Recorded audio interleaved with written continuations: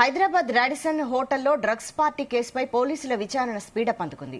ఈ కేసులో నిందితులుగా ఉన్న సినీ దర్శకుడు క్రిష్, రఘుచరణ్ మూత్ర నమూనాలను విశ్లేషించగా రిపోర్ట్స్ డ్రగ్స్ తీసుకోనట్లుగా వచ్చినట్లు పోలీసులు తెలిపారు. Blood samples reporters forensic lab లో ఇంకా పెండింగ్ లో ఉన్నాయి. స్నేహితుడైన రఘుచరణ్ ఆహ్వానం మేరకు రాడిసన్ హోటల్ వెళ్లానని, అక్కడ అరగంట మాత్రమే ఉన్నానని, డ్రగ్స్ తీసుకోలేదని క్రిష్ పోలీసులకు చెప్పినట్లు తెలిసింది. పరారీలో ఉన్న మరో ముగ్గురు నిందితులు సందీప్, లిషి, శ్వేతల కోసం గాలింపు కొనసాగుతోంది. మరో నిందితుడు నీల్ అమెరికా పారిపోయాడని, అతనికి ఆ దేశ పౌరసత్వం ఉందని సమాచారం.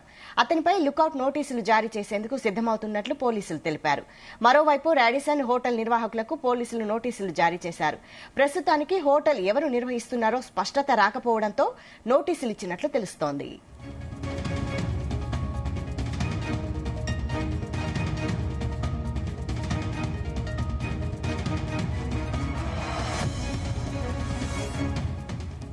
మరోవైపు ఈ కేసును లోతుగా దర్యాప్తు చేస్తున్న పోలీసులకు గోవా లింకు లభించింది.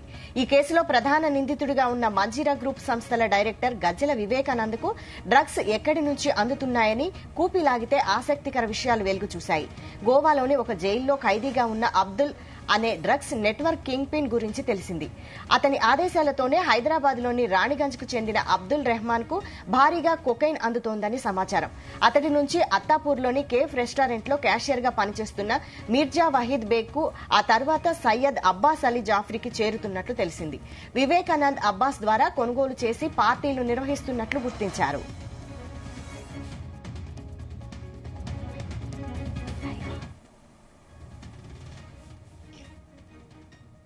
దీనిపై ఫుల్ డీటెయిల్స్ మా ప్రతినిధి రవితేజ అందిస్తారు. Raviteja, Radisson hotel drugs case పార్టీకి సంబంధించి దీనిపై లోతు దర్యాప్తు చేపడుతున్న కొద్దీ లింకులు, డొంకలన్నీ కూడా కదులుతా ఉన్నాయి.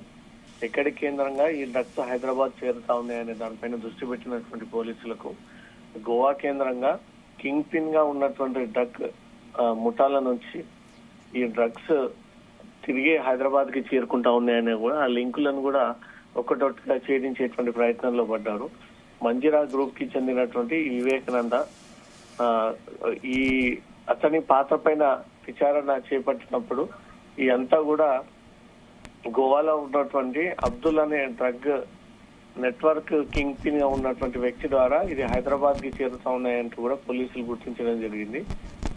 అతని ఆదేశాల మేరకు హైదరాబాద్ లో ఉన్నటువంటి అబ్దుల్ రెహమాన్ కు కొకైన్ రెగ్యులర్ గా అందడము, అక్కడి నుంచి అత్తాపూర్ లో ఉన్నటువంటి మిర్జా వాహిద్ బేగ్ కి, ఆ తర్వాత సయ్యద్ అబ్బాస్ అలీ ద్వారా ఈ డ్రగ్స్ వివేకానందకు చేరుతా ఉన్నాయంటూ కూడా పిన్ టు పిన్ గా ఈ డ్రగ్ తయారీ నుంచి చేరేంత వరకు కూడా ఆ వివరణ.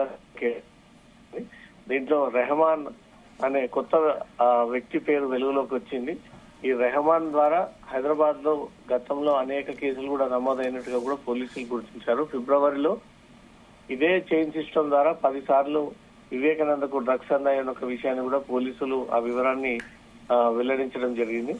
అబ్బాస్ నుంచి ఫిబ్రవరి 16, 17 2 గ్రాముల కొకైన్ చొప్పున, 18, 19 తేదీలో గ్రాము కొకైన్ చొప్పున మొత్తం ఈ అంతా కూడా గ్యాదరింగ్ చేసి ఈ నెల 24వ తారీఖున రాడిసన్ హోటల్లో రూమ్ నెంబర్ 200, 204 లో ఈ డ్రగ్స్ ని స్వీకరించారు. అతని దగ్గర కొన్ని పిల్స్ కూడా లభించాయి.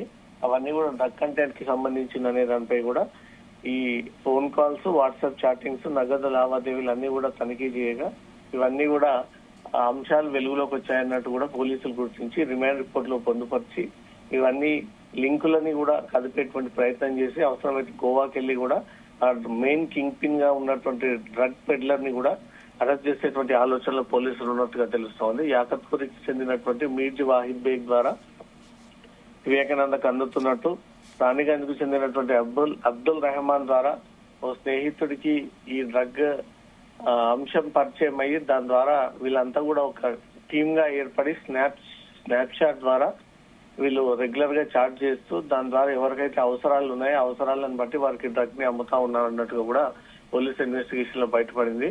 జైల్లో ఉన్నటువంటి కింగ్ పిన్ ద్వారా అతని ఆదేశాల మేరకే ఈ డ్రగ్స్ హైదరాబాద్ చేరినట్టుగా కూడా కొంత ఇన్ఫర్మేషన్ పోలీసులకు లభించడంతో ఆ కూపి లాగేటువంటి ప్రయత్నాలు జరుపుతా ఉన్నారు. వైశాలి, రైట్. అయితే క్రిష్ ఇష్యూలో అధికారులు ఏం తేల్చారు ఇంతవరకు? క్రిష్ ని 2 రోజుల పాటు గచ్చిబౌలి పోలీసులు విచారణ చేపట్టారు. అతని నుంచి నమూనా శాంపుల్స్ స్వీకరించిన తర్వాత వాటికి ల్యాబ్ చేరడంతో పోలీసులు నిర్వహించినటువంటి టెస్ట్ లో మాత్రం నెగిటివ్ వచ్చింది అనేది మాత్రం ప్రచారం సాగుతా ఉంది. కానీ ల్యాబ్ నుంచి వచ్చేటువంటి రిపోర్ట్ ని బట్టి పోలీసులు ఫైనల్ కంక్లూడింగ్ కి వచ్చేటువంటి అవకాశం ఉంటుంది. కాబట్టి పోలీసులు నిర్వహించినటువంటి టెస్ట్ లో నెగిటివ్ వచ్చిందనే ఒక ప్రచారం ఎంతవరకు వాస్తవం అనే దానిపై మాత్రం పోలీసులు నిర్ధారించాల్సి ఉంది. ఈ రోజా లేదా రేపా కృషి ఇచ్చినటువంటి నిన్నటి శాంపుల్స్ ల్యాబ్ నుంచి రిపోర్ట్ ఇచ్చేటువంటి అవకాశం ఉంది. పాజిటివ్ వచ్చినట్టయితే మాత్రం డ్రగ్స్ స్వీకరిస్తారంటూ కూడా ఈ కేసులో కృష్ణ అరెస్ట్ చేసేటువంటి ఛాన్సెస్ ఉన్నాయి.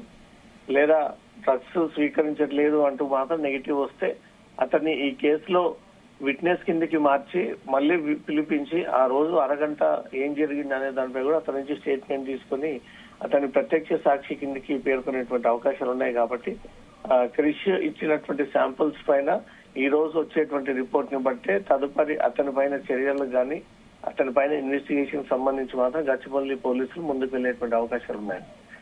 రైట్. అయితే ప్రధాన డ్రగ్స్ డీలర్ ఎవరనేది తేలింది కదా, మరి అతన్ని అదుపులోనికి తీసుకునే ప్రయత్నాలు ఎంతవరకు వచ్చాయి? సాధారణంగా ఈ డ్రగ్స్ అన్నది కూడా గోవా, బెంగళూరు కేంద్రంగానే రోడ్డు మార్గం ద్వారా హైదరాబాద్ కు వస్తా ఉన్నాయంటూ కూడా గతంలోనే పోలీసులు గుర్తించడం జరిగింది. కానీ తెలంగాణ రాష్ట్రంలో ఉన్నటువంటి చట్టాలు, ఇక్కడ ఉన్నటువంటి దర్యాప్తు సంస్థలు పక్క రాష్ట్రానికి వెళ్ళినప్పుడు ఆ పోలీసులు సహకరించకపోవడము, వారి చట్టాలు అక్కడ డ్రగ్స్ అనేవి లీగల్ గా ఉండడము, అక్కడ మిగతా పార్టీలు డ్రగ్స్ అనేవి, క్యాసినో అనేది ఇదంతా కూడా ఇల్లీగల్ దందా కేవలం ఒక తెలంగాణ, ఆంధ్రప్రదేశ్ కి మాత్రమే ఇది నిషేధించినటువంటి కార్యక్రమాలు. కాబట్టి మిగతా కొన్ని రాష్ట్రాల్లో ఇది పూర్తి స్థాయిలో అనుమతి ఉన్నటువంటి యాక్టివిటీస్. కాబట్టి వీటన్నిటిని దృష్టిలో పెట్టుకుని పోలీసులు అటువైపుగా వెళ్ళినప్పుడు ఆ ప్రభుత్వం సహకరించకపోవడము, ఆ పోలీసులు ఏమాత్రం సపోర్ట్ చేయకపోవడము, తిరిగి ఆ డ్రగ్ పెడ్లర్ అంతా కూడా పోలీసులపై తిరగబడినటువంటి సందర్భాలు ఉన్నాయి. కాబట్టి ఇవన్నీ దృష్టిలో పెట్టుకొని ఎక్కడ వీళ్ళు ఆ రాష్ట్రంలో కాకుండా వారి స్టేట్ లో కాకుండా ఇంకెక్కడైనా దొరుకుతారా ఇంటర్నేషనల్ ఎయిర్పోర్ట్స్ లో అనే దానిపై కూడా లుకౌట్ నోటీసులు జారీ చేసి ఎయిర్పోర్ట్ కి వచ్చినటువంటి వెంటనే అక్కడ అదుపులోకి తీసుకునేటువంటి అవకాశాలు ఉంటాయి. లేదా అతని ద్వారా డ్రగ్స్ ని మళ్ళీ ఆపరేషన్ చేసి ప్లాన్ రప్పించి అతన్ని పట్టుకునేటువంటి అవకాశాలు ఉంటాయి. కాబట్టి అట్లా గోవాకు వెళ్లి నేరుగా పట్టుకొచ్చి ఇప్పుడు ఈ కేసులో అతను ఆల్రెడీ జైల్లో ఉన్నటువంటి ప్రధాన నిందితుడు అని మాత్రం పోలీసులు భావిస్తా ఉన్నారు. పీటీ వారెంట్ పైన కోర్టు అనుమతి మేరకు అతన్ని తీసుకొచ్చి విచారణ చేపట్టి ఇక్కడ కూడా అతని ఇన్వాల్వ్మెంట్ ఉన్నట్టుగా ఎస్టాబ్లిష్ అయితే మాత్రం ఖచ్చితంగా అరెస్ట్ చేసి రిమాండ్ చేసేటువంటి అవకాశాలు ఉన్నాయి. రైట్. Thank you Raviteja.